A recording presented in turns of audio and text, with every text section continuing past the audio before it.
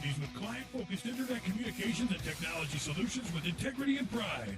With Scott Bowlesby. Whoa, I don't play defense. You can dodge a wrench, you can dodge a ball. Chris Wilcox. We got uniforms and everything. It's really great. And the Chief, Christian Zalick.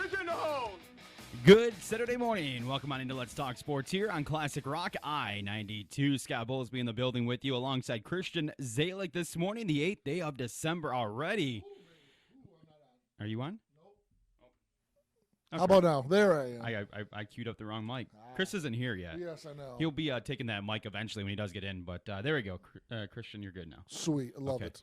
Yes, yeah, it's Christmas closer and closer. It is. I can't wait. Making Christmas plans already. Yeah. And buying gifts and All the fun stuff. went to Bronner's this week. Did you? Yeah, I had to follow your footsteps. You went during the week? Went during the Smartest week. thing to do. No. No? It was packed. Really? Santa was there. Ah, yes. Everyone had their kids out to go see Santa Claus. Yep. It was not Tuesday night. I had a basketball game. Must have been Wednesday night. Okay. It was packed. So basically, the smartest thing to do is go in July. Yeah. No, actually, Christmas probably in July, probably. Maybe January 1st. Yeah, there you go.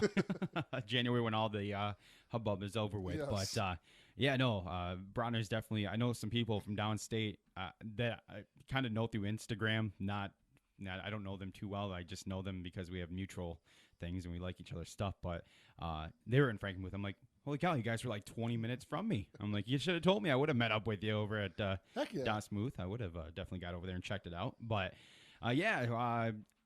Christmas right around the corner. Trying to figure out how to tie this in. I guess there's some gifts this week as far as the basketball side of things. Kendall Muxlow received a very nice gift. Yes, she did. That more than like would have came last year, but we know what happened, and unfortunate. But she got it this year, which is she's put in the work for it. Oh, yeah. Back from injury, and congratulations, Kendall Muxlow, that 1,000th point.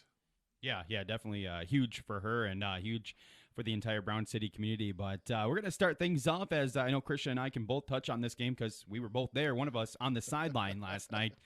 We had our doubleheader for our game of the week last night, Standish Sterling Central, which I called them multiple things last night. I didn't call them SSC. I was going to eventually cut it down to that, but I call them Standish Sterling Central, Standish Sterling, Panthers. It becomes a lot after a while after you say their entire name. There's a couple schools out there like that where you just have to cut it down because you have so many words that you have to say for their name. But Panthers, we'll call them that right there, taking on the Cardinals last night. And when we started off the game, I was like, yeah, I'd kill two birds with one stone. I'm like, not literally because the Cardinals are the birds. Hopefully they don't get killed tonight. But didn't get killed, but nonetheless, 2 wins for Standish Sterling last night, a sweep. But the final score on these games definitely were not representative of how good the games were. I mean, they were.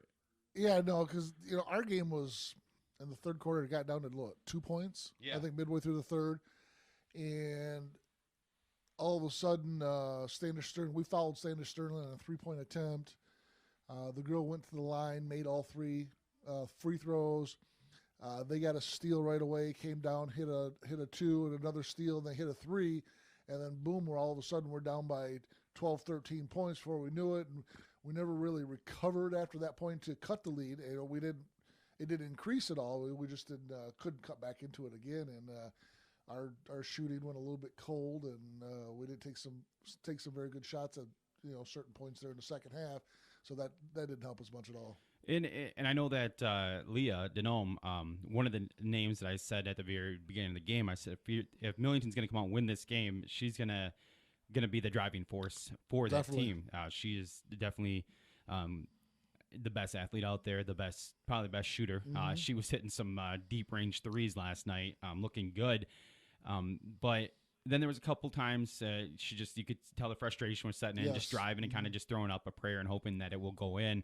And another thing that I wanted to bring up too, Maddie Hahn, that look when she walks away from underneath the basket after a couple times, I mentioned on the air last night, and I mentioned to Garrett when he was there with me, I said, Chris and I always say when we do a girls game, we'd much rather play against other boys in basketball and have no girls around the area because some of those girls, when they're battling for the ball, they don't let up. They're like rabid dogs with the piece of meat between them because they're whipping each other around trying to get that ball away, and then they call the jump ball, and then somebody ends up on the ground more than likely. And Maddie Hahn is extremely strong. Yeah, you can tell. Very, very strong. Well, I mean, and, she had 10 home runs last year as an all-state softball player as well.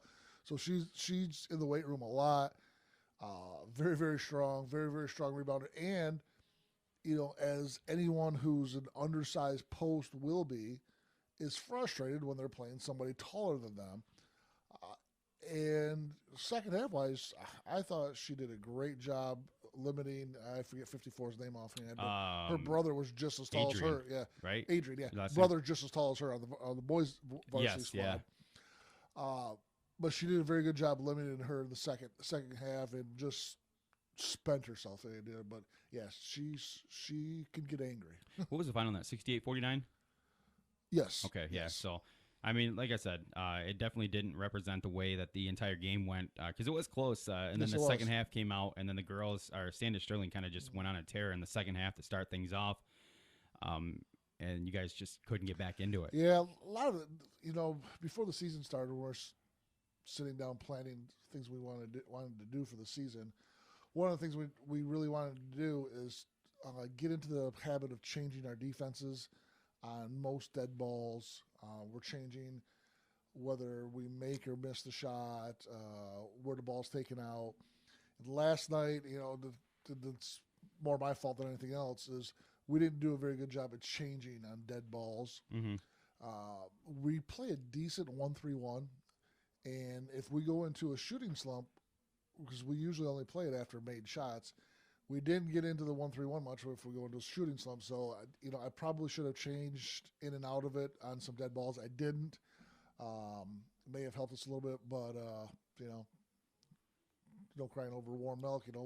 We'll get better and do it next time. But, we may have had some sort of a chance here, but, we got into some foul trouble and had to change personnel. And then it's kind of hard to, sometimes you don't have the right personnel for that type of defense. You don't call it, then you forget about it later, and it's something that happens. So. And the thing it was a glaring thing last night was just the absence of the Hannah Hall style down low to block their bigs. Yes. They had two bigs, one more than the other. The Adrian, she was just eating you guys alive down low at one point in time in the second quarter, and there was really no answer for it. And then they went big down low with Roper. They brought in as well. So, I mean, they had two bigs down low that really was hard to come up with an answer for. But, in that second quarter, at one point, the Bartlett girl, number 24, the sophomore, was hurting us. So, knowing who we're going to be playing in the future, the Sarah Millers, Ellie Kleins, Kellen Kuyats, I'm like, well, let's try something here. Let's go to a box and one on her and see what we'll do with this and see what will happen, in the future. Well, we didn't do a very good job of rotating to the backside on that because we went into that box defense, and the opposite post didn't do a very good job rotating over to help because they kept thinking there's a center there. Well, there's not a center there in that because the center's out covering the girl. So we'll work on that and hopefully be better than that in the future. When we went to the 2-3 then on her in the second half, we had the center there. We fronted her a little bit more and rotated over to help side, and we took care of that in the second half, but unfortunately it was too late. And another name that pops up here when I look at the score sheet, who had a quiet 11 points, Anika Sykes. Yes, Annika, excuse me. Yep. Yes, I called her Nika. Don't tell her. No, don't tell her that's I called fine. her. But no, Sykes had 11 points last night. And it was kind of a quiet 11 points. I mean, she was out there hustling. She was getting in on a lot of plays, but it wasn't really one of those players that came out and were in your face. Like, I guess I'm trying to. She wasn't like a Leah Denome that coming out there and shooting the lights out, but she came out there and got 11 points She and did what she had to do to try to help out the squad. We probably need to find a way to get her more shots as well. She didn't score in our game the other night, so it was her first game on varsity the other night. She struggled a lot, had way too many turnovers. Last night, I think she only had 2 or 3 turnovers, which was great for her. She had 11 points, and I had her on 5 of 11 shooting. So, it'd be nice to get her 15, 16 shots. Yeah. because I really need her to score 15 points as well a game, along with Leah. We're looking forward to some really good things out of Annika in the coming years.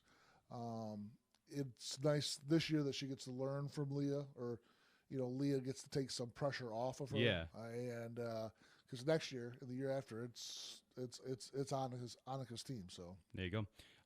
But a good first half for Millington last night, 35 total points. I got a text from Jay Riley, and he asked me what the score was, and I told him, and he goes, "That's a lot of points." I said, "It is a lot of points." It was a fast-paced game. I mean, it was back and forth. The boys' game, it seemed like it went a little bit of a slower pace, which normally happens. Girls are kind of usually up and down the court a lot faster. But the pace of play was definitely quick for both sides of the ball last night. So it's Annika. Annika. And, and that, Man. but that's one of the things I want to do this year is play a little more up tempo than what I have the last couple of years when I've had 2-3 bigs where I can sit down, pound the ball, and get a rebound. Get right now. We don't have that really, good post presence.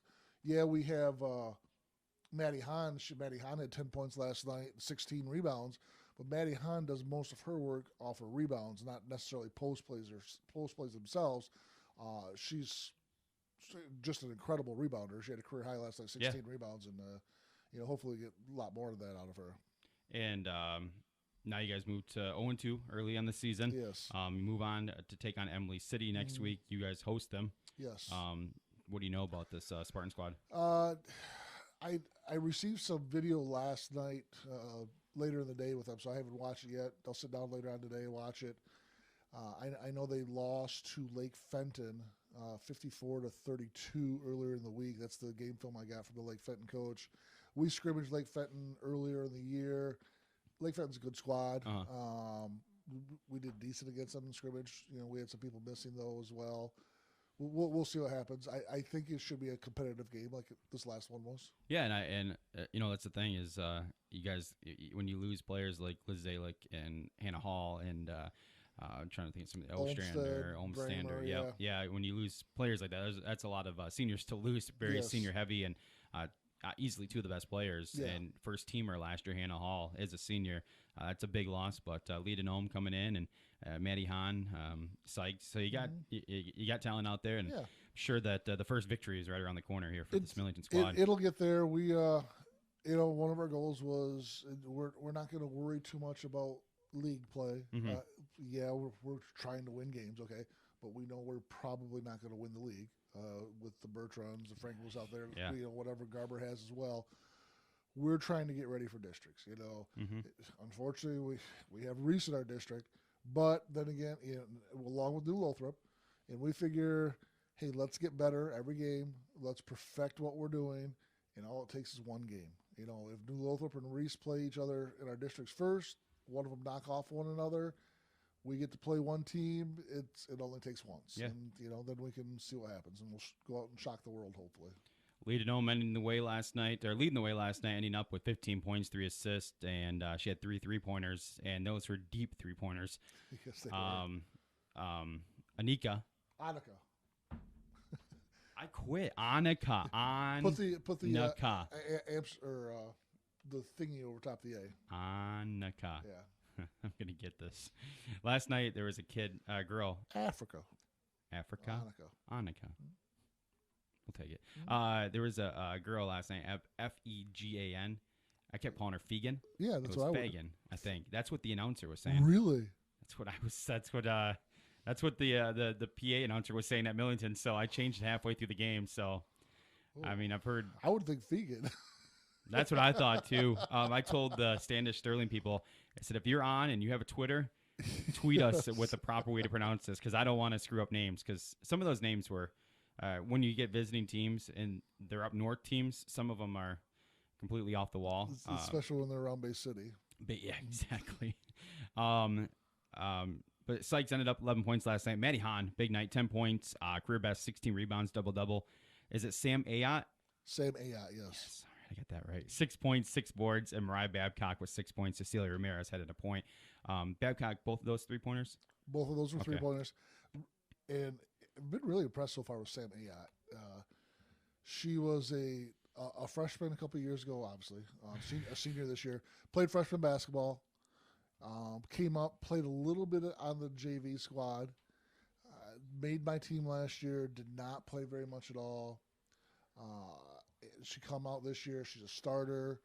She's played within herself and done a very, very good job. She had 12 points the other night, six last night, and I couldn't be happier for her so far, and glad that we have her. C-Dub in the building. What's up, guys? What's going on? So, boys last night, it was a little bit of a closer game. I don't have any stats for them. Neither do I. All I have is top scorers. Okay. I can tell you it was I think those were tweeted somewhere. Yes, it was. Yeah, yep. It was a very close game, though. A fun game to watch by both sides of the ball. Ethan Brady having a kind of a cold night to begin. He couldn't hit a shot. He was having issues. Zach York was there to pick up the slack a little bit, but then Ethan started feeling it later on in the game. Too late, unfortunately, but still a nice fight for Millington last night. The boys who were looking to start 3-0 for the first time since 2014-15. That sounds about right. So I think I looked that up. Yeah. So unable to do that, but 2-1 on the season. After that buzzer beater win last week against Lincoln Alcona, which made me wish I would have done the game now. 2 buzzer beaters in a row. Carroll last year, well, they didn't win, but they had a buzzer beater last week, and then the following night Millington did as well, and then they knocked out Sassa the other night. But Standish Sterling squad came in. They were 3-0. Yes. Wins against Pinconning, Ogama Heights, and Grayling. I don't know much about any of those squads. Neither do I. Bigger name schools, but I don't know. All I know is the Standish squad was big. They were big. They had a Zettel on their team too, so I don't know if it was a relation of Anthony Zettel or not, but he was built like he could have been. Some very, very athletic looking kids. The freshman on the team, number 30, he had that walk like he could jump out of the gym. One of those, tight hamstrings, looking not really big, but you could tell they were really tight, and kind of walked on his tiptoes like people do. They jump out of the gym. Mm-hmm. Looked like one of those people. I was impressed with their quickness. I really, really was. I know the Millington boys team isn't the quickest team in the book because they don't press much. I think one of the things they need to do is find out some way to score 8 to 10 points a game in transition, and they don't press, so I don't know how they're going to do that, but they need to score some points in transition just to not even just to change the tempo of the game sometimes. That was a thing that happened last night that I noticed. Points off turnover, they weren't coming plenty for either squad. They weren't taking advantage of those turnover points. In Millington, on the boys' side, they had plenty of great players on the Standish Sterling side last night, and we were just talking about something. I totally lost my train of thought, but it's something you brought up. There was a point you brought up. I think the points in transition, but that was another issue last night. You definitely could tell, but it doesn't help when one of your best shooters goes cold. Ethan didn't look very good at all in the first half, but then they came out in the second half and they changed some things up. And they forced some turnovers. They got 5 quick points. They did a triple, and then cut it down really quick to 5. And then as soon as we said that, then Standish Sterling got a triple, and then they got a bucket as well to get those 5 points right back. So it got down to 5, I believe, was the closest that Millington was able to get in the second half. But Standish Sterling was a little bit too much for them last night. But they had some bigs. They had some outside shooting that looked nice as well. That Reed Raymond, Wendell looked good as well. Adrian down low. Then they had that Knarth kid. Yes. I think that's how you say his name. Who got the man bun chant last night from the band. And then you had the kid with the Anderson Varejao hair, the wavy long hair. Yes. He was out there as well. We were commenting on the hair award of the night goes to Standish Sterling because they had the best flow of hair, even better than some of the girls out there. I'm not talking right now because obviously you can tell there's no hair. I'm hiding mine. But no, I mean, and they look good. And I think Millington has potential as well. I think the boys, they have obviously Brady and York who've been playing together for a couple of years now. They have length out there. They're not going to win the conference, obviously. It's when you're playing against Bridgeport, it's hard. You're not going to win the conference. Once again, it's sort of like I'm doing, they need to get ready for districts. Yeah. And, if Zach York and Ethan Brady aren't upwards of 15 to 20 points a night, they're going to struggle. Mm-hmm. I know Ethan Brady scored 13 last night, and that's sort of not, 2 points away from being 15. When you talk about they lost by 16, how is 2 points going to make a difference? Well, he needed to hit some more shots early, and to pull himself into that, they're going to struggle. They have my nephew's hurt right now, Mason Wolfington. That doesn't help because Mason's one of those people that can bring a little energy, a little up-tempo play to the squad. He has a tendency to pick balls off underneath the basket a lot. He sticks back and sneaks up on somebody and takes one off. And, that's some transition points that they could be missing. Maybe he'll be back the last couple of weeks of the season from his ACL injury. I'm hoping that it's healed by then because that would help them tremendously getting into playoff time. So they'll be okay. They just have to figure some things out here early. Yeah, I think they'll be fine. But as you said, playing in a conference the same of Bridgeport, you're already kind of going into that thinking, let's shoot for a different dream almost. I mean, Bridgeport's definitely a different, and Sequarius Ball is playing some very good basketball right now. Who they beat the other day? Etzel, was that? Yes. Watch out, he might get some basketball looks over his football looks. How he hasn't, or how he didn't end up playing basketball, I don't know. I feel like someone missed the quickness-wise, he's definitely quick enough to play at the Division II level, I think. Basketball? Yeah. Oh, yeah. I think he's obviously not as refined a basketball player as what Mario Whitley was, but I think he's a better athlete than Mario Whitley. Yeah, I would probably agree with that. He looked good last year when we saw him. I haven't been able to see him yet this year. Obviously, only a couple games in, but would love to see him again and there's some big games coming up for Bridgeport. Yeah. But that's Millington squad. You said you had the leading scores over there. Did you give out those? Yep. Just a second here. Let me bring them up right here. Ethan Brady with 13 points, and Zach York last night was 17 points for the Cardinals. A couple of big 3-pointers in the third quarter as well for Zach York. Yeah. I think they would have been able to lure George over there. That would have helped him out a little bit as well. But. That was the big man that could have taken care of the Standish big man last night. Oh, yeah, I'm sure he would have. Because in Millington, he would have played underneath the basket. It's probably the best place for him to be. That's for sure.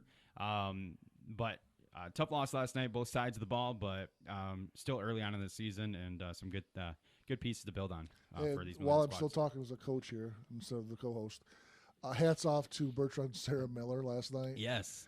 In her junior year, touching base on her 1,000th point. Just not too shabby. At this point, she's going to push for 2,000 next year. 2 games in, right? Or game in? 2 games Two in? games Two in. games in. So she has 18 left. And then all of next year, depending on playoffs, the way she scores, she could put up another 600 this year. Watch out. Very impressive. Very, very impressive. We got to get out and see her as well. So let's take a quick timeout. We'll come back. Got plenty more games around the area. Got plenty more games as we had boys and girls in action this week. We're getting messages. Chad Winger, by the way, I got to talk about this. He was going to buy some Jordans this morning. I love this tweet. Then I realized I'm a 34-year-old male who's overweight, doesn't even play basketball. Letting a pair of $220 shoes sit in my house unworn doesn't make much sense. So I wish I could think like Chad, because then I go buy stupid stuff and I realize $220 pair of shoes. Guess what? I went to the Nike store 2 weeks ago, and I picked up a $70 pair of shoes, and I about puked. Walked back to the discount rack, and was like, "Oh, these $24 pair look nice." And I'm like, "Oh, I fit them. They fit me. Perfect." Found out they're 30% off. I got them for $18. Whoa. Boom, baby. That's the thing is everyone's like, when do you become a dad? Like, it doesn't matter. And I'm like, oh, whatever. And then I go out there and I find all this cheap clothing now, and I'm like, I got to find my New Balances. Love the Goodwill, baby. Hey. Oh, yeah. There's nothing wrong with New Balances right here. Hey, Kawhi Leonard is he's New Balance. That's right. New Balance has the best baseball shoes. Yes, they do. Yes, they do. And They do. best baseball coaching shoes as well. That's what my guy wears in MLB this show. He wears New Balances. Yes. Mike said that it got depressing last night because me and Garrett were talking about MLB, and I said, That's the only time I feel special is when I play that game because my guy is a Hall of Famer. World Series, baby. All right. With that being said, we're going to take a break. We're going to come back. We got more Let's Talk Sports on the way here for you. Classic Rock I-92. Classic Rock I-92. Guess who's got you covered this holiday season? It's Thumb Cellular. Take advantage of huge price drops on all phones. Yes, even the latest iPhones and Samsung Galaxy smartphones. And with any new activation or upgrade, Thumb Cellular is gifting you an additional 25 gigs of bonus data. While there, take advantage of more great deals on phone insurance, cases, and accessories. Hurry to your local office in Bad Axe, Caro, Pigeon, or Sandusky, or visit thumbcellular.com/Christmas for more deals and savings. Terms of service apply. Are you looking for new furniture, flooring, appliances? The place to go in the Thumb is Schneeberger's in downtown Cass City. At Schneeberger's, choose from hundreds of models on floor, in stock, right now, ready to go. So whether it's a Lazy Boy chair, sofa, or love seat, they've got it at Schneeberger's in downtown Cass City. Maybe you're looking for flooring. Well, Schneeberger's has that too. Everything from laminate, wood, tile, whatever it is you need. If you want to get it at the best price around, then you need to go to Schneeberger's in downtown Cass City today. The leaves are falling on the ground, and so are the prices at Moore Shoreline, the Thumb's Chevrolet Silverado headquarters. Get work done in style in a 2014 Chevy Silverado 1500 Double Cab LT, just $25,500. Or get down dirty in the mud with a 2014 Chevy Silverado 2500 HD. It has a crew cab and a long box, but it won't last long at only $20,800. Call Moore Shoreline at 989-883-2100. All prices plus tax and dock fees. See Moore Shoreline for details. Weather brought to you by Thumb Cooling and Heating, with stores in Cass City and Caro. If you need it cold or need it hot, give Thumb Cooling and Heating a shot. I-92 weather. I'm meteorologist Jennifer Wojcicki with the Thumb's Classic Rock I-92 weatherology forecast. Sunshine mixed with clouds at times today, with daytime highs approaching 29. Westerly winds 8 to 15 miles per hour. Lows level off around 15. Tonight, mainly clear. A blend of clouds and sun. Tomorrow, high temperatures reach up to 32. Dry with temperatures below average Monday and Tuesday, and highs in the low 30s. And that's the Thumb's Classic Rock I-92 weather forecast. I'm weatherology meteorologist Jennifer Wojcicki. Currently, it's 23. Let's get back to the only complete high school sports talk show in the Thumb. On FM, baby. Let's talk sports. Good Saturday morning. Welcome back on into Let's Talk Sports here. Classic Rock I-92. Scott Bolsby here with you. Christian Zalick, Chris Wilcox talking baseball. Sorry. No, it's okay. You guys It's almost are coach. It's Baseball coaches. I'm already flying on baseball. So Yeah, pitchers and catchers are only about 65 days away. yeah. I know. I'm interested to see the Tigers have on their squad this year. Supposedly James McCann not. No, not at all. Kind of stinks. I like him, but at the same time, I don't know what I mean. Why couldn't the Tigers have pulled that trade for Goldie? Oh, my gosh. Now, granted, I know he's a first baseman, but but Miggy could have DH'd. It's about time that he I was goes gonna there. say he might end up being there this It year. needs to happen sooner than I'd later. I love think. to see Goldschmidt in a Tiger uniform. I think we all would. I think we'd all like to see players that we know in a Tigers uniform. He might be the most underrated, best player in the MLB. Yeah, I agree. Because he's playing in Arizona. No one knows him. I would say that. Yeah, absolutely. Now he's going to the Cards, where at least he might be able to make some noise. He's playing in Stan Musial's house and Albert Pujols' house. The Cardinals have a wealth of good first basemen all the time. So Yeah, I mean, and Christian, you're right. I mean, when you look at first baseman and you say, hey, Goldschmidt, you're like, who? Yeah. I mean, that's exactly what it is. I mean, he is not probably most people that you would talk to that know baseball are not going to say Paul Goldschmidt up there in the top 10 first baseman. Unfortunately, yeah. Because they just don't know. He definitely is. Yeah, he is. He's definitely forgotten. See here, you bring my schedule up. We're gonna keep rocking and rolling here. As we'll jump right back into the Tri Valley last night. Oh, we're not talking hot stove anymore. Oh, do you want to? I mean, what do you? No, you're all right. I was looking at MLB trade rumors the other day to see who the Tigers were gonna make some noise with, because I know they're trying to make some deals, and I know Casty once again is on the block, which I think right now is the time to get the value out of him if ever before. Yes, I believe so. We'll see if they they pull the trigger finally. I know that'll hurt some feelings out there, but it's if they're gonna go all in with this rebuild, it's time to. There's a time to do things, and there's a time to do right things. Now's the time to do the correct thing. Exactly. What about Fulmer? See part of the rebuild, or you think he's getting to that point where you're like, all right, it's. How old is he? He's only 20. I want to say 25, 26.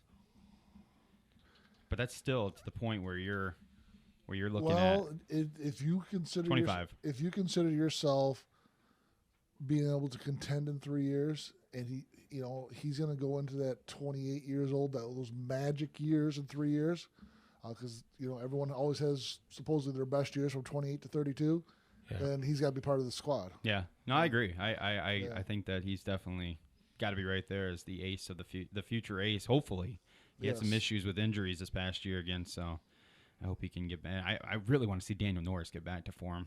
So would I. I just like his story. Oh yeah, lefty. I mean, Lives that out of makes his Chris van. love him already. I'm already in love. Lives in his van. Yeah, lives in his van during the summer. Just travels around, takes pictures on Instagram, and talks to homeless people. Buys them food. It's like, man, how much more of a man crush can you get on this guy? Like for real, jeez, Louise. But yeah, no, I really hope that they can bounce back. And somebody was praising Alavila the other day. They said if there's a guy that knows baseball and can build this team back up. They said If he knows baseball, why did he teach a kid to hit? Ouch! Wow. No, I agree. I mean, when Alex, I found it was a memory on my Facebook the other day. I said it was right around Thanksgiving. I said this year I'm thankful for the White Sox. I'm like, why was I? And I looked and it was the year that the White Sox signed Alex Avila and got him away from us. Although I did tell you that I was a big Alex Avila fan. Oh yeah, I really had a lot of hope for him. His dad, I think, sticking around ruined him in Detroit. I really think so. And then he brought him back. Wow. We're gonna get the best players, and if that's how not do you my think son, that Christmas went? Oh, yeah. How do you think that Christmas went? Sorry, honey, I just shipped your son to Chicago. What? Yeah. You better bring him back. Yes. He retired? Is he still around, or is he done? Alex, I think he's done. Okay, all right. I wasn't sure if he was hanging around with anybody else or not, but yeah, I mean he had his time to shine. He had his moments, and it's kind of like the Brandon Inch story almost. Actually, it says he's catcher for the Diamondbacks. Yeah. He had one All-Star appearance, right, Alex? Yeah, 2011, and then a Silver Slugger the same year. A Silver Slugger. Yeah. There you go. So, yeah, but we'll see. I mean, winter meeting's coming up. It's probably won't get interesting for the Tigers. They'll probably make some minor things unless they pull the trigger on a Cassie trade, and then we'll. Yeah, I mean, anything they do has to be minor, and just looking for the future. Yeah. Maybe you pull some pitchers out that are young who have some big arms, and you almost have to go back to the. We're talking about baseball still. Have to go back to the old general manager Red Sox. Then was that the Tigers. Dave Dombrowski. Dombrowski. Go get the arms and then build around the arms. Well, they're hoping those four big Mize. Who are the other ones? Manning? Is that Matt Manning? Was that Fado? Yeah. Mm-hmm. There's another one too. There's four big arms that they're hoping develop. And that's what Dombrowski does. He's doing it in Boston. He's got all the arms in Boston too. So that guy, I really didn't want him to win a World Series. It happened though, and it is what it is. But I really didn't want. He got us to 2. He got us to 2. He's not the one playing the game. No, exactly. But I didn't want him to win. I wanted to be like, oh, you're gonna run for Boston. I want you to lose. That's Theo Epstein's dynasty. Get out of there. But they got it. It is what it is. Congratulations to the Red Sox. About 2 months later, but I want him to get it because of JD Martinez. Yeah, I mean, JV got his. JD got his. I wasn't rooting for Price. Porcello got his. Yeah, I liked Rick Porcello when he was here. I was happy he got one too. So I just wasn't rooting for Price either. No, I never liked. I never did. I never liked him in a Detroit uniform. Just didn't fit. No, it didn't. He didn't have that Detroit look to him. I guess. No, he didn't hustle harder. No. like they say Detroit does. He's very laissez-faire. He belongs in the Bostons and the New Yes. Yorks and he's a high class man. He doesn't Yes. he doesn't belong in Tampa or Toronto or Detroit. He needs to be paid. Yeah, he's the person that's going to walk in the all fur coat. Yes. Not in the hunting jacket and blue jeans. Although remember Alfredo Simon Yes. had that car with the metallic look to it. Yeah, that was a stupid trade that they did right there. Anyways, back to basketball. Last night, girls basketball action around the area. We'll stay in the Tri-Valley. Doubleheader, Elma at Frankenmuth. Girls victorious over Elma. Boys lost to Elma, right? In OT. Yes. Yes, in OT. Yes. Yes. Frankenmuth boys, let me bring that up here. Frankenmuth girls, 51-36 final last night. Leading the way for the Eagles, Emma Kirkow. Hope I'm saying that right. Kirkow, yeah. Okay. And just so you know, Chris, it's Anika Sykes. Annika. It's Annika. I was listening to you Like in the Africa. whole way. Annika. Don't listen to this guy. This guy, I've told him how to say names before, and he still butchers them. So I do. I'm not gonna lie. I'm not gonna take the fall alone. If I'm going down, someone's going down with me. No, but Emma Kirkow, 18 points. Junior Kelly Kuyat added 11 and also had 5 assists. I got to see Frankenmuth earlier in the week. We'll stay right with Frankenmuth as I got to see them play Reese. That Reese squad, Scary. They're gonna be good. They are good. They're gonna completely wipe out the Greater Thumb West. I can tell you that right now. With no disrespect to anybody, but they have some really, really good players. They have 4 players that were in double digits the other night. I'm trying to bring this up here. Let me bring up my game manager. Maddie Thompson, Taylor Finley, Zoe Maddie Purcell. Ostentowski, and Zoe Purcell are all double figures. The Jobson girl, who was their 3rd freshman of the trio of freshmen on that squad, was close to double figures as well. Between Finley and Thompson, that team was going to be good. You throw in Ostentowski, who is maybe one of the fastest basketball players in the Thumb. Yeah, walking in right now, and Zoe Purcell, who is extremely athletic and strong. The Jobson girl is very good, but the Ostentowski girl and Purcell's girl, they've been around the AAU circuit a lot. Purcell's, her grandpa's Denny Gruber, so basketball runs through her blood. Speaking of Denny, who is that guy? Who is that Denny, guy? He was at the scrimmage against Kingston, and then the other night in Frankenmuth, he's right there in the second row on this far side. Which doing some coaching. He was doing some jawing into the ref's ear when they're inbounding the ball right in front of him, and I was like, things will never change. That's just the way Denny's always. That's the way Denny is. He's wired that with way. the red face and screaming. Yeah. And then there was a bad call, and I looked over to Denny's way and just shaking the head, just like he used to do on the sideline. Like, I can't believe this. So I mean, it's always good to see some things never change. I text Chad, and I was like telling him, because he was asking me about the game, and I said, yeah, Denny Gruber's here. He's on the far sideline or on the other side, and he's doing some jawing and shaking his head. He's just glad to see some things never change. Yeah. That'll be the way he always is. So, which is definitely good.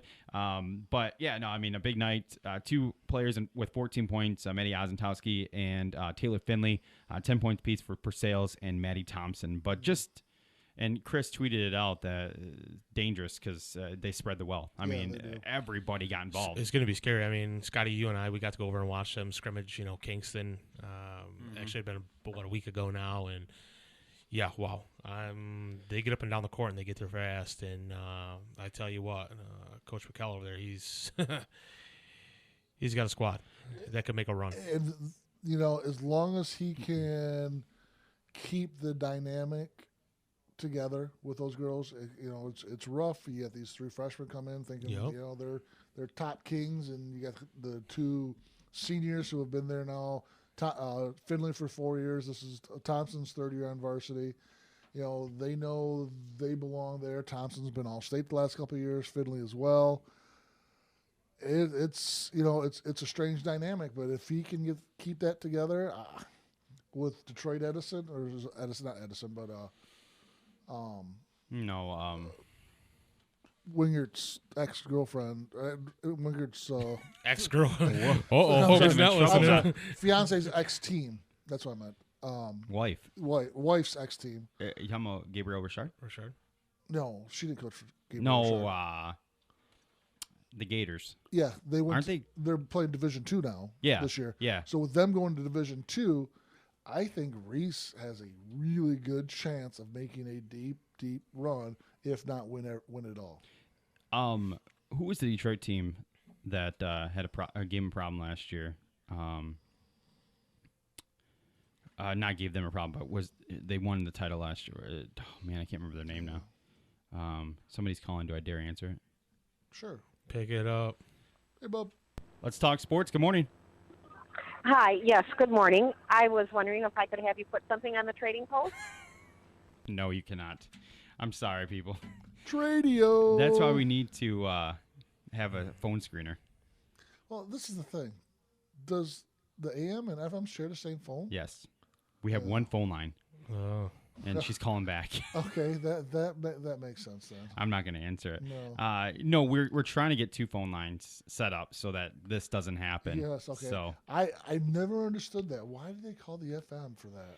And that's the thing, is that we need to get a Skype number so people can call in via Skype. Yes. Or a Google Talk number. So Yes. we should do that. It's cheap. Should. Yeah, it's free for Google Talk. Yeah. You can receive calls for and free. And make that the Tradio number.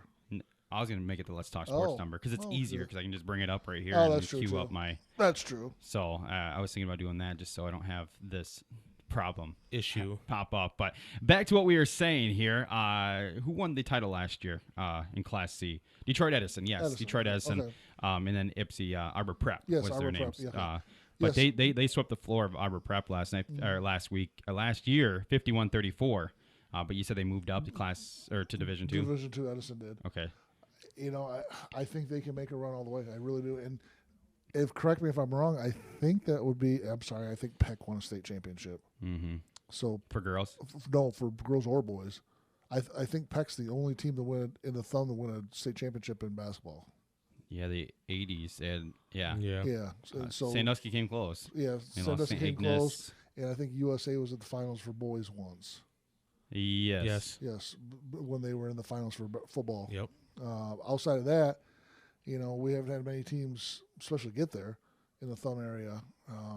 Just the one win, and I think Reese can do it. I really do.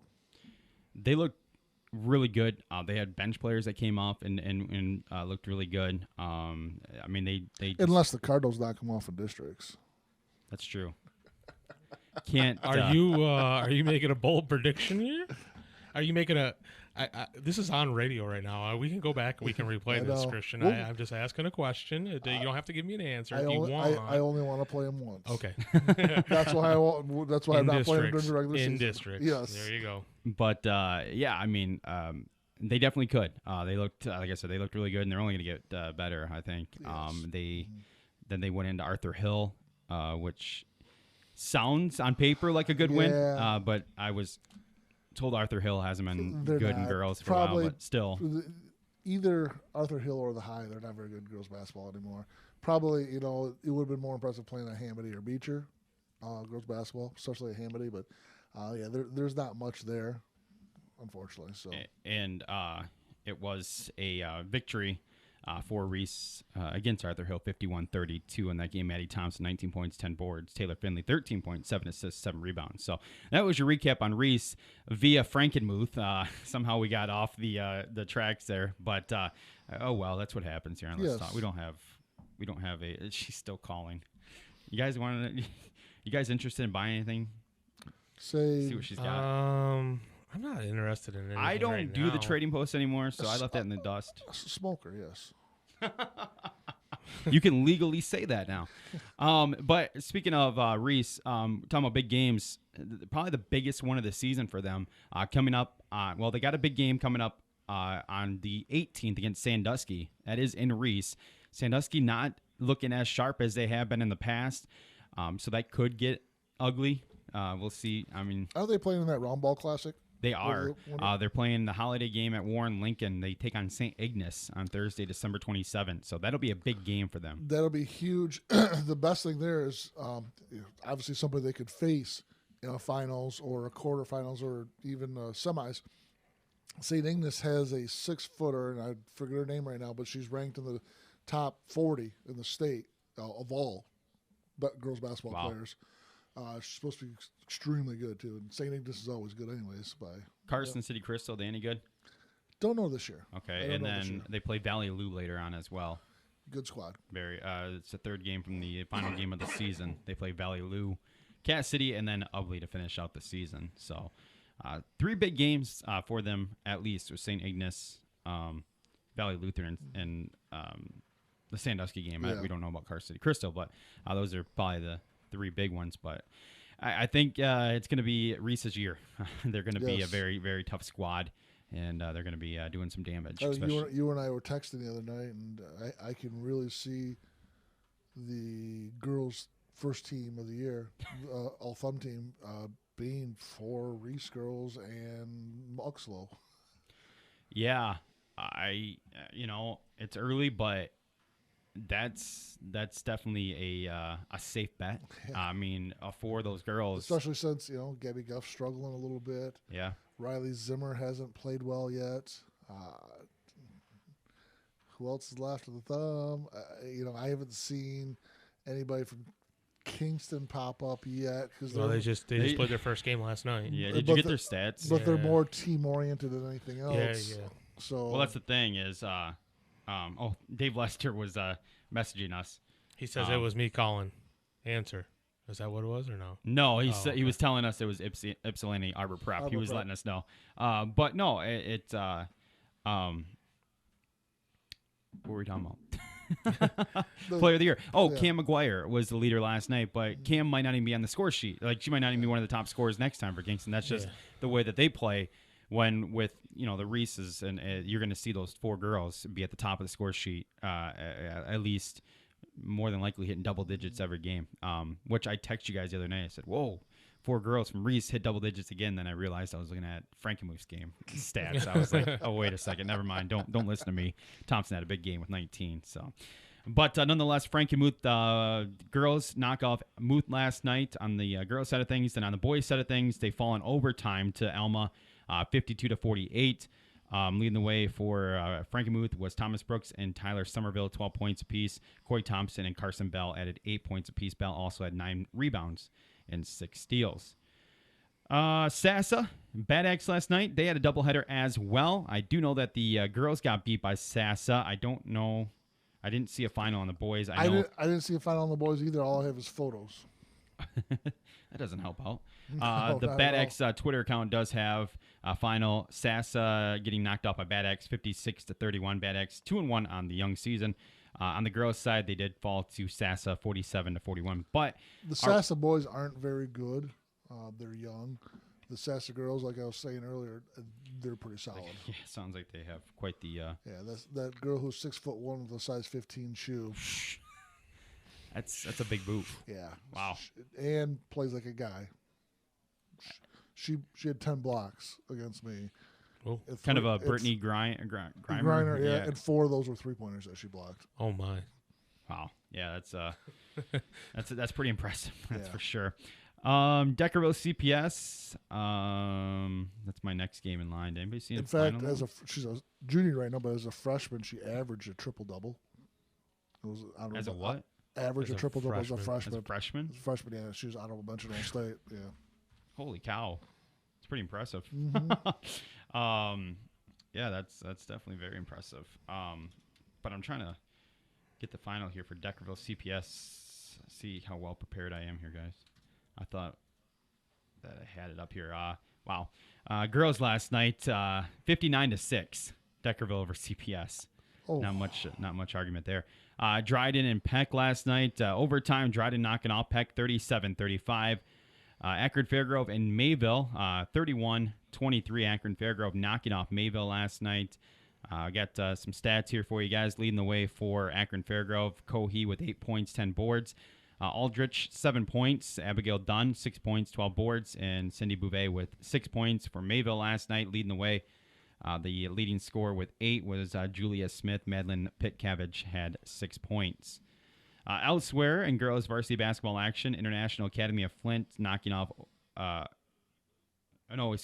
Gagetown knocking off Flint International Academy in girls, 41-22. I did have stats on that. Let me try to find those real quick so I can give them their due. That's a score sheet. Here it goes. All right. It's upside down. Turn your head. I know, right? 10 points. Nope, that's IAF. Who are you looking for? There it is. 12 points for Haldridge. Haldane, excuse me, for Owen Gage last night. Okay. And then finally, New Val in Kingston as Kingston tips off their season. Chris, do you have the stats on that? I believe it was 41-39. I did not have 49-31. 49-31. Cam McGuire, 14. Jillian Dinsmore, 12. And Catherine Bucco, 9 for New Val. They now take on Mayville next Friday at home. That's a good win for Kingston. New Val is a district winner from last year. New Val is a team that they could face in a regional. I don't know how that's set up yet. I haven't looked that far ahead yet, unfortunately. But it's a team you could face down the road in the playoffs. So this is a very good win for Kingston. Yeah, I mean, obviously not the powerhouse that New Val used to be, but still, that's like you said, they have the potential to win another district title, and they could possibly match up again down the line. But it's New Val; it's a bigger school. It's always nice to get those wins right away and early on in the season. Well, especially tipping off their season, right? I mean, they go 2 games in, and their third game comes up against Utica Eisenhower, which is a Division I school. So it's like, New Val, Mayville, Utica, Eisenhower. I mean, you jump from a school that has 140 kids to a school that has 2,700 kids. Yeah, it's quite the jump. Yeah, it's going to be a huge jump. 140 kids in my class. Yeah, exactly. Yeah, exactly. That's insane. Yeah, that's definitely going to be a big game for them coming up. So that'll be our game of the week in 2 weeks, just before Christmas. And that'll be on the 19th, which is a Wednesday night game of the week. And then our game of the week next Friday will be Reese USA as they tip off action conference game right away. Hey. Should be a lot of fun to check that one out. We're going to take another quick time out. We're going to come back. We got boys action to get to and talk a little bit about who knows what. And then we'll come back as we have your I know nothing. Well, then I guess you won't be talking. All right. We'll come back with more Trading Post. No, but we'll come back with more Let's Talk Sports. It is Classic Rock I-92. Stick around. Hey, it's Bob Hughes from the Morning Traffic Jams. I want to take a minute to tell you about Air Advantage wireless and fiber internet services. Since I've lived in the Thumb, the only choice I've had for internet has been wireless, because that's just how it is out here. I went through 2 other providers before I found Air Advantage wireless for my home. In the coming months, Air Advantage and I-92 will be telling you about the investment they're beginning to make in the Thumb to bring the world a little closer, a lot quicker. I am currently using that new technology, and it's the only company that has given me the reliability and bandwidth I can count on. So stay tuned. There's more to come from Air Advantage Internet Services. Holy cow, do you hear that? Hear what? You don't hear that clunking? Nah, man, I don't hear that. There's nothing wrong with my car. Turning up the radio does not make the clunks and grinds in your car go away. Take your car to Bullet Auto in downtown Carroll. Whether it's under the hood or under the car, these guys know what they're talking about. And with 24/7 wrecker service, you won't be by the side of the road for long. Call 672-CARS for Bullet Auto. 672-CARS, Bullet Auto in downtown Carroll. Whether it's commercial or residential, it has been Midwest Water Treatment since 1978. Midwest Water Treatment handles water heater and pump installation, sales, and service. No matter what your water problem is, Midwest Water is the solution. So stop by Midwest Water Treatment at 111 West Congress in Carroll and ask how you can own or rent to own water softeners and conditioners with financing available. To begin your 30-day trial, call 673-5277 today. Weather brought to you by Thumb Cooling and Heating, with stores in Cass City and Carroll. If you need it cold or need it hot, give Thumb Cooling and Heating a shot. I-92 weather. I'm meteorologist Jennifer Wojcicki with the Thumb's Classic Rock I-92 weatherology forecast. Sunshine mixed with clouds at times today, with daytime highs approaching 29. Westerly winds 8 to 15 miles per hour. Lows of a low around 15. Tonight, mainly clear. A blend of clouds and sun. Tomorrow, high temperatures reach up to 32. Dry with temperatures below average Monday and Tuesday, and highs in the low 30s. And that's the Thumbs Classic Rock I-92 weather forecast. I'm weatherology meteorologist Jennifer Wojcicki. Currently, it's 25. It's time to get back to the only complete high school sports talk show in the Thumb, and the boys and girls of Let's Talk Sports. You figure out which is which. Welcome back to Let's Talk Sports. Hopefully you didn't hear me. Did that pick up audio, Luke? I didn't hear it. Okay, good. All right, good. I was calling Garrett out for not talking last night. It was his first game. He was doing color. He talked a little bit. Did he didn't do the scoring, did he? He kept score by hand. Yeah, that's for first time. It's probably gonna be the easiest thing. Yeah, for I gave him him. I showed him the iPad. I'm like, here, you gotta do this, and he's like, I'll let you know if I want to do that closer to the game. I'm like, all right. And then I showed him, I'm like, well, you can just do paper, and he's like, all right. And then I gave him the roster. He's like, I'll just mark it next to their names. I'm like, all right, if you want to do it that way, man, just give me the scores. That's all I care about. Easier. I think that's the way I did it my first time. So then the very end of the boys game, he hands it to me, and he goes, I think I missed 2 points somewhere. And then I put the final in on Twitter, and I'm like, but the leading scores are right. Yeah, they're right. And then I find Millington boys a tweet. We're off by like a couple points on each player. I'm like, I'm just going to retweet them. I'm like, it's all right, man. It's your first game. Yes. I'm not going to throw you under the bus. I'm like, but he will now. I wish there was a way to, because, I keep score on my bench, had that broadcast somewhere like live. I don't know. Well, Harbor Beach uses a program called ScoreStream or something like that. Yeah, it keeps it updated. Like, yeah, there's a. It's more of that collegiate one that's used as well. The collegiate one that's used is really really slick, but it's hefty amount of money. Is it? Yeah. No. Well, I like what we have. And I think it has to be used PC dominated, not tablet. The only thing I wouldn't like about that is when we call the games. I'd like it when we're just covering a game on Twitter. Yeah. But like people would be like, oh, I just gotta check Twitter and I don't have to listen to it. I can just check in on the score anytime I want. So that would take away from that. But when I'm at a game and I'm just like updating, it would be nice to be able to do that. But yeah, nonetheless, thank you to Garrett for calling. Thank you to Garrett for standing there. I'm just kidding. I found a couple things out about Garrett last night. He's lactose intolerant. He can't eat ice cream, so I kept asking him if he wanted to go out for ice cream afterwards and have an ice cream social. Wow. I called him Gavin at one point, so his dad texted me and said, "Hey Gavin, you want to go for ice cream after the game?" So he was probably going to throw you over the balcony. He was getting ready to. But, yeah, so, no, great game last night. A lot of fun, doubleheaders. By the end of it, I'm losing my voice, and I just start talking about random stuff. I'm like Bill Walton out there. I just start talking about random stuff. But you kind of look like him, too. Thanks. I'm not sure that's a compliment. I can't play like him, that's for sure. It's definitely not a compliment. No. I'll take it. But nonetheless, we'll jump back in here. We got boys varsity action last night. Greater Thumb crossovers. Ubley at Cass City. I got a final on that one. It was 47-44. Close game down to the wire as Ubley knocks off Cass City. Kind of surprising on that one. We weren't sure what to expect from Ubley last year. We saw them. They did lose some players. They did bring back Sweeney, though. And this Cass City squad, I know last year down the stretch, Cutherell played really well for them. I don't know too much more about them, but what was the final on that? I didn't. 47-44.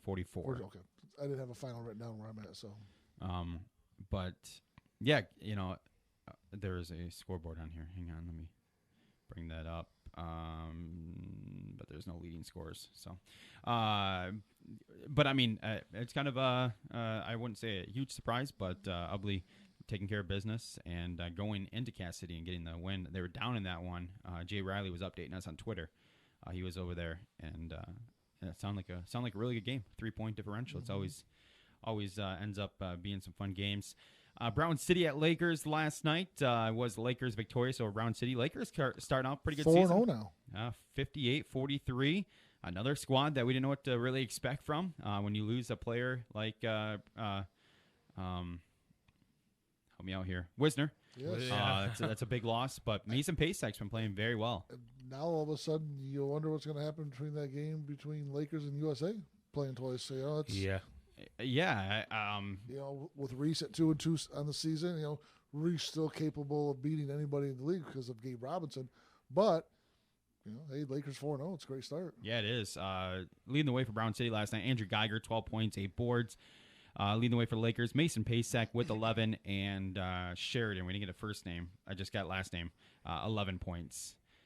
So that was the final tallies from that game. Elsewhere on the boys' side of things, USA at Harbor Beach, big night for Heckroth, 30 points, dropping that against Harbor Beach. The career high, too, isn't it? Career high, yeah. Former career high was, I believe Mike said was 27, yeah. So big night for Heckroth. They were able to pull out the victory. Harbor Beach led by Evan Smoglinski with 20 points, and Micah Kramer adding 14 points for the Patriots. So, big night. Did it say how many triples that he had? I thought I read 6. Was that correct? Or was that another article I was reading? I didn't write it down. Let me see here. I was skimming everything. 6 triples, yes. 6 triples, knocked down 6 triples. So that's kind of what his bread and butter was last year. Shooting from the outside, he'd get hot, and we were kind of wondering if losing the big man down low, help me out here, Williamson.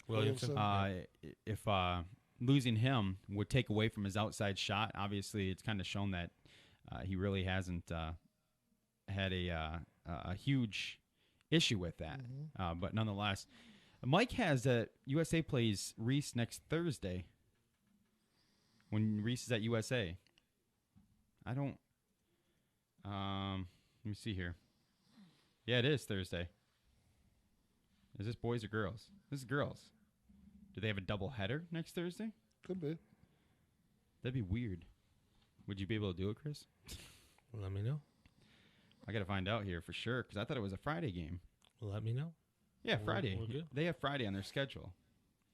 I don't know. Mike has it now. Maybe got the boys and girls screwed up there. I'll have to ask him about that. But it says USA back in action next Thursday, and they host Reese. So we'll definitely keep an eye on that.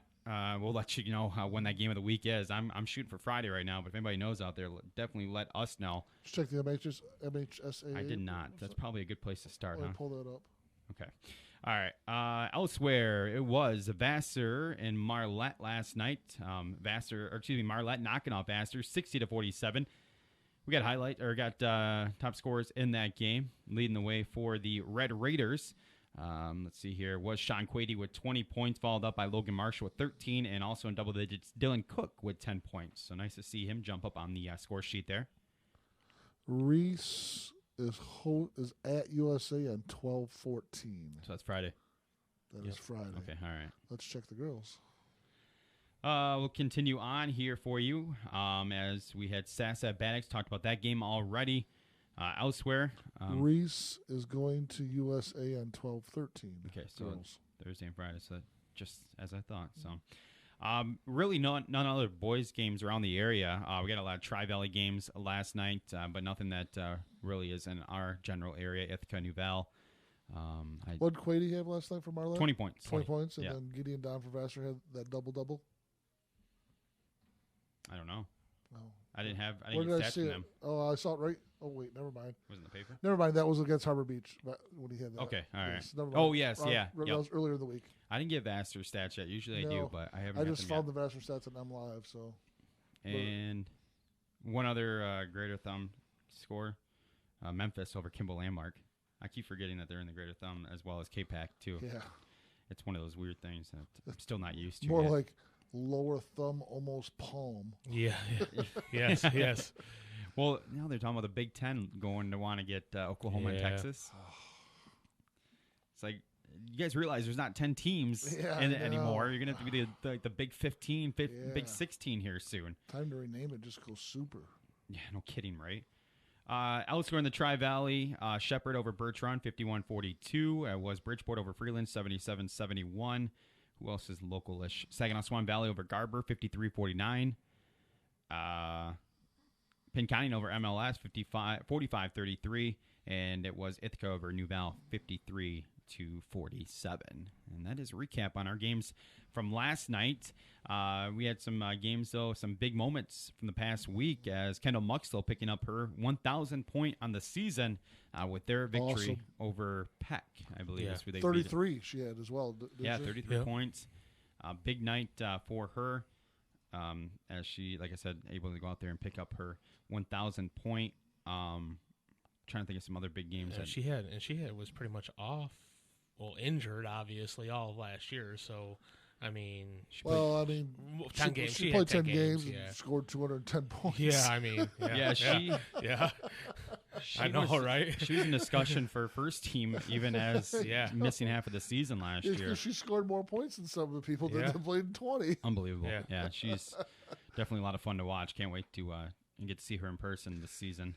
Yeah, because I'm going to a college game today in Delta, and I know both coaches pretty well. I'm going to talk to both coaches about Kendall and say, you probably need to go take a look at her. Just, if she's not going anywhere else, you should probably make a run.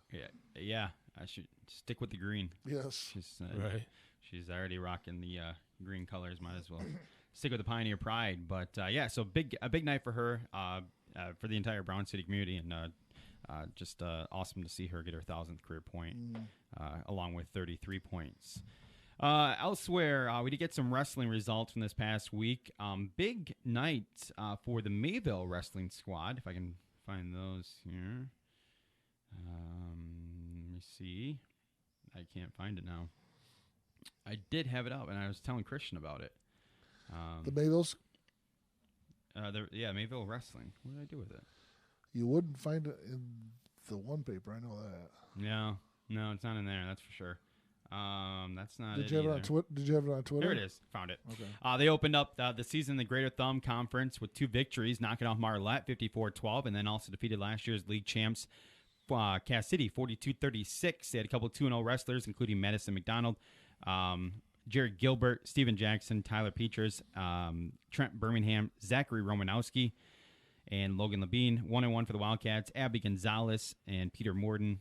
They also had a JV wrestler go 1-0 with Lance Cooper. They now are back in action today, and that is at Birch Run. So that's one thing that Mayville is that they do very well in is wrestling, sticking in the Greater Thumb Conference, and have some good wrestlers out there. So should be interesting. What is that tournament in Birch Run? Is that like just an invite? We'll call it the Panther Classic. Yeah, I'm not sure what it is. So I don't know who else is involved with that, but that's where they are today. I don't know if it's an indie tournament or a team tournament either. Good luck to them, though. I wouldn't want to go to Birch Run on a Saturday, especially during this time of the year. No, that's just asking. I feel bad. I feel bad enough. I'm heading to Frankenmuth after this. Oh, to Browners? Yeah. Oh my gosh. Yeah. We better get you out of here because I went on a Wednesday and it was packed. Yeah, I know. I told Christian, I said, going a weekday, it's the smartest. He goes, no, it wasn't. We went at 10 in the morning, though. We went at like 10 in the morning. And that's not too bad. It wasn't bad, but then, we went in, we were like third line to meet Santa. So I'm like, all right, let's get in, let's get out. And then you could tell, like, there was more and more kids showing up, and it was starting to get busy. It's like, man, it's the weekday. Don't these kids have to be in school? What's going on here? Right. Absolutely. Horrible parents. Santa's not bringing you anything. Hey, real quick here, I was able to take in. It was kind of a last minute game here. I took in Kingston, and they had Midland Calvary Baptist on their schedule. That was actually going to be one of the games. Harbor Beach was supposed to be the first one. They ended up filling in. I think it was a Midland Christian squad actually to fill in for that Harbor Beach, but Kingston. Got off, I'm going to say, kind of with a slow start, but then just kind of put the foot to the gas. And really the foot to the gas was just rotating players in and out because Calvary Baptist really shallow on the bench with 4 players. So, unfortunately for Calvary Baptist, they have a great point guard over there. Dixon's last name, I don't have the first name. Unfortunately, my wife threw away all of my stats that I had on everything. But Neff with 30 points. Nathan Cloyd with 23 points. Cloyd also with 13 rebounds as well. Cloyd with 8 assists and 5 steals in that game. But down low really for Kingston, just really hot shooting. Neff with 6 3-pointers. I believe Cloyd had 2 as well. I think they were like 8 of 13 or something like that from 3-point land. Just really shooting lights out from 3-point line. A lot of missed opportunities at the charity stripe for both squads all the way around. But Kingston victorious 89-48. And, down low, Kingston just getting a lot of representation. Hunter James, obviously, he can jump. We know he can jump. Somebody, when you look at him, you look at Nathan Cloyd on the court, and you're like, yeah, okay, he's a point guard. Let me tell you what, folks, he can jump out of the gym. If Cloyd doesn't average a double-double this year, I will be very, very shocked. So, yeah, he's definitely not your stereotypical looking player. I guess he definitely. He attacks he attacks. I mean, that's what he does. I mean, he attacks a rim. He attacks it very, very hard, and and that's especially on the defensive side of things too. I mean, he goes up and he grabs the boards, but getting a lot of nice play from Aaron Kaler as well, down low. Dawson going up, hitting the boards hard, along with James. So, and then players coming in off the bench, those people coming in off the bench, Hobson coming off the bench, Kreiderman coming off the bench, things like that. I mean, it just gives a big boost. And they're up and down the court. I mean, Kingston's, we know that Coach Lester wants to run the floor, and that's exactly what he did against this Baptist squad. Yeah, we definitely know that they want to do that, and great job by them to get that victory over Midland Calvary Baptist. He was talking about that point guard last week when he was in here. So nice to start off with a couple of victories there, and now kind of getting to the cream of the crop as far as their schedule goes. I know that they have some big games that they're looking forward to this year. Yeah. International Academy of Flint, and Deckerville's having a very down year. They got beat by CPS the other night, but watch out for CPS. They have some scores over there. But Kingston looking tough already out of the gate. Evan Neff looking like he's poised to have a great season. He's going to be making a run for that player of the year. We told him last week we don't want to make his head too big, but call him like you see him. I mean, he's having a great season. Told him he had my vote. And it's going to be a fun one to watch on both sides of the ball for boys and girls over in Kingston. So, when is their next game? I'm sure if Dave's listening, he would tell us. Oh man, I had it up and I just closed it out.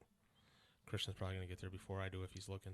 I'm trying right now. Well, I'll go to our athletes of the week. Yeah, go ahead. Right now, and we'll figure that out here in a second. So, Grazzle Graphics athletes of the week coming at you. The Freak Nasty Player of the Week.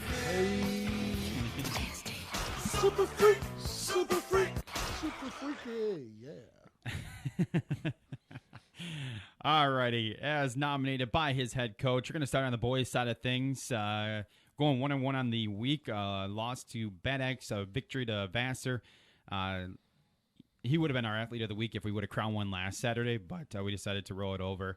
You got it? Yeah, it's Mayville. Mayville on that's the 13th. Right. Yes, that's right. Because the girls played Yep, Mayville this week. Yep. But Heckroth having a great week, great game. He'll be our game of the week next Friday. But this week's athlete of the week is Mr. Sean Quady of Marlette. 40 points, 8 boards, 4 steals, 5 assists on the week, and a 1-1 overall week. It's on top of the 30-pointer he had the week before too. So that's just it. He would have been our athlete of the week last Saturday, but we didn't crown one last Saturday. But our girls, first one, real no surprise here. If you're listening all show long, she had a big week, milestone week, and also a 33-point performance against Pack. Miss Kendall Muxlow, as she hit her 1,000 point. You are the male and female athletes of the week. Grazzle Graphics athletes of the week. Freak Nasty athletes of the week. There's a whole long title. We can use any variation of it that you want, but Grazzle Graphics nonetheless is our sponsor of that. So congratulations to you two. Kendall going to be in the building actually in a couple weeks. Future guest co-host. Looks like we're going to be having multiple people in the building. I'm crossing my fingers that we got multiple. I know that. You better lock this down, Scotty. It's a big opportunity. I'm not going to announce it yet, but I'm going to make people listen in because there's going to be some big names. We'll announce it probably next Saturday when I do confirm everything going on. I'm going to have to dress up too. We complimented you last night multiple times on how you were the best dressed man. At first I said Christian's the best looking in clothes. I said, okay, that sounds weird. That was a little weird. That was a little weird. And I said, he's the best dressed out of all of us on Let's Talk Sports. I said, that Kingpin was your role model as far as dressing goes. And I said, I don't think I'd ever guessed that. I said, because your son was doing the books last night. I said, I think his sons, they've graduated. They're going to get married. I don't think Christian will shed a tear. But I told him Daredevil got canceled, and I'm pretty sure Christian shed a tear for that. I did because, I almost didn't wear a tie last time. Like, I'm going to go Kingpin, but Oppo, because that black suit on and his white shirt. I'm like, I still need to get that white shirt, white suit and black shirt. He went all black for yeah. in memory of Daredevil there in mourning. But yeah, sounds like Disney is not going to pick that up unless they put it on their streaming service. But now they're saying that that's not going to be an option. Disney won't go anything out of PG. Dude, that series is that's so what happens. Great. I know. There's so many people. I mean, so is Luke Cage. But they haven't canceled Jessica Jones yet. Not yet. They just finished up their seasons with the Punisher too. They think that could be the chopping block next. That was so good. Yep, that's what happens. Transfer him to the CW. Yeah. Put him in the Arrowverse. Yeah, just to cross over everybody. So that is it. Our game of the week coming up this Friday. Reese USA boys, going to be a good one. It's always a good one between those two. I'm excited to be in the gym to check those two out right out of the gate. It's going to be packed in there, I imagine. It's going to be loud in there. Two good student sections going back and forth. Schools that don't like each other. Schools that don't like each other, yes. Coach Gainforth. Coach Kern, I don't know if they like each other or not. They probably have to act like they do. Does Mark really like anybody? No. It's a very good point. Valid. Yeah, I won't ask for it. No, he. The other day I was with Mike and we were up there right after the Sandusky USA game, and he pulled Mike and he's like, come on in. He brought him into the locker room to do the interview. And I was standing there, and he's like, "Is he with you? Does he want to talk to me too?" And I'm like, "No, I don't. I'm scared." No, of you. sir. No, sir. I'll just stay out here. But no, it should be a lot of fun. Great coaches, great players, great atmosphere. Friday night game of the week. So tune in 92.1 your FM dial, Classic Rock i92.com. You can download the WIDL app. Only for Android users. Who has an Android phone? I know. Wow, I know. Luke, do you have an Android phone? Yeah, see, he gave me a dirty look. And I was going to say, you're only allowed in this building if you have an Apple or an iPhone. What games you guys got coming up this week? Emily City on Tuesday, and then I believe I go to Swan Valley on Friday. Okay, good luck to the Cards. And speaking of the Cards, Kingston Cardinals got some games coming up this week that I'm going to try to get out to see them. Just Mayville, don't they? Just Mayville, yeah. Just Mayville, yeah. Because boys of and the girls, FIA on the 17th. Yeah, that's FIA right. on the 17th, yeah. Maybe I'll wait to make my... Is that in Kingston? Which one? It's in Kingston, right? The 17th? Yep. Okay, all right. All right, guys. Bowling action today, I think. I read somewhere. Oh, really? Frankenmuth had bowling last week. I do know that. They swept whoever they played. That's one thing we don't get any of. I know there's bowling going on out there, and I know Carroll's got a good bowling squad. But it's one of those things like golf. It's weird that it's in high school because, one, I've never golfed without one thing in my hand. I've never bowled without another thing in my hand. Same thing. So it's just weird. I get it now. I was like, what? What? Oh, okay. I see now. You get tunnel vision. I know. It makes you a better bowler, right? It'd be weird doing it in high school. But Sandusky knows how to do it. That's for sure. Yeah, they do. That's the one thing that they have state titles in. But nonetheless, we're out of here. I think that's it, right? That's it. All right. So we'll talk to you guys next Saturday. Let's talk sports. We're going to get into some Aerosmith right now. Dream On. It is right here. It is Classic Rock.